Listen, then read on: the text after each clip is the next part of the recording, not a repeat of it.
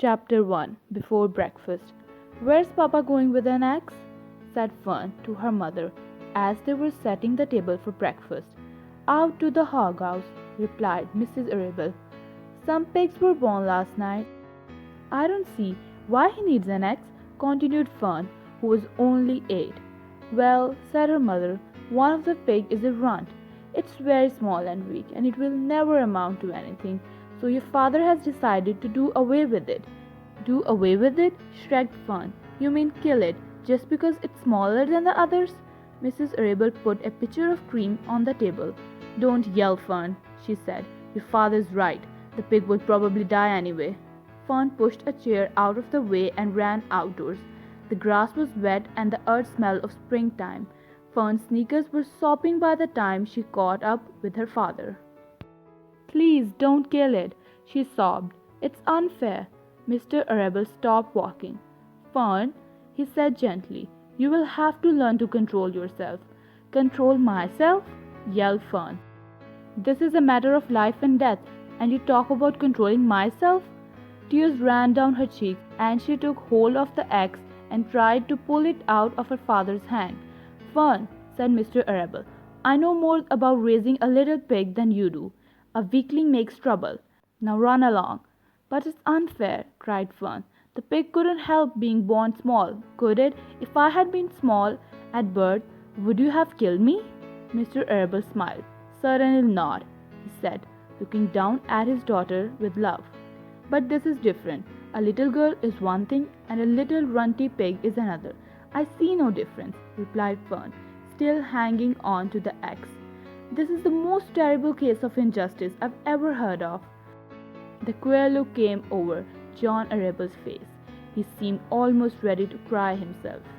"All right," he said. "You can go back to the house, and I will bring the runt when I come in. I'll let you start in on a bottle like a baby. Then you'll see what trouble a pig can be."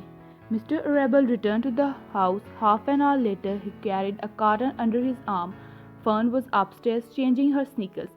The kitchen table was set for the breakfast, and the room smelled of coffee, bacon, damp plaster, the wood smoke from the stove.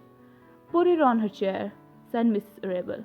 Mr. Arable set the carton down at Fern's place. Then he walked to the sink and washed his hands and dried them on the roller towel.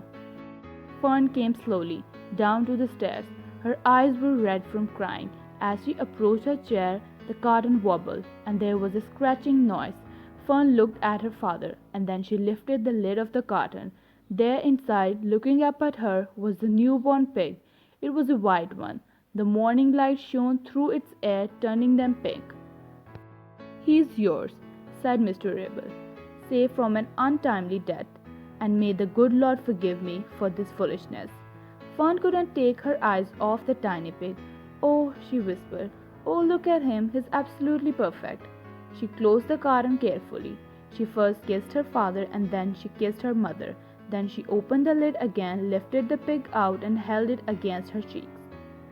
At this moment her brother Avery came into the room. Avery was 10. He was heavily armed, an air rifle in one hand, a wooden dagger in the other. "What's this?" he demanded. "That's Fern got." "What's Fern got?" "She's got a guest for breakfast," said Mrs. Arable. "Wash your hands and face, Avery." "Let's see it," said Avery, setting his gun down. "You call that miserable thing a pig? That's fine. Specimen of a pig. It's no bigger than a white rat." "Wash up and eat your breakfast, Avery," said his mother. "The school bus will be along in half an hour." "Can I have a pig too, Pop?" asked Avery. "No, I only distribute pigs to early risers," said Mr. Arable. Fern was up at daylight, trying to rid the world of injustice. As a result, she now has a pig. A small one, to be sure, but nevertheless a pig. It just shows what can happen if a person gets out of the bed promptly. Let's eat. But Fern couldn't eat until her pig had had a drink of milk. Mrs. Arable found a baby nursing bottle and a rubber nipple. She poured warm milk into the bottle, fitted the nipple over the top, and handed it to Fern. "Give him his breakfast," she said.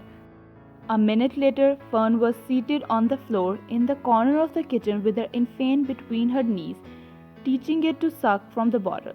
The pig, although tiny, had a good appetite and caught on quickly. The school bus honked from the road.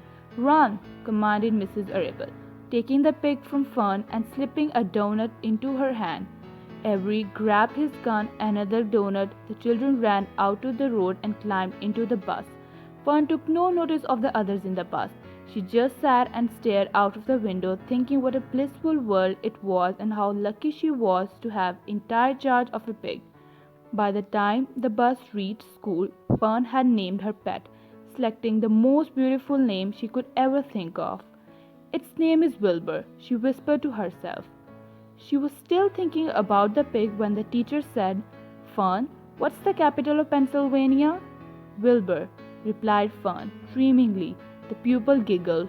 Fern blushed.